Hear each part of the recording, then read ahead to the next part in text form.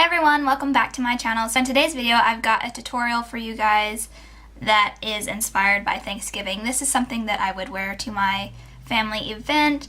It is all drugstore products, so I wanted to keep this look very simple, but also use products that weren't going to break the bank. Also, you guys, everything that I do in this tutorial, you can, change anything that you guys don't like. If some of the colors you don't like, go ahead and pick whatever you want.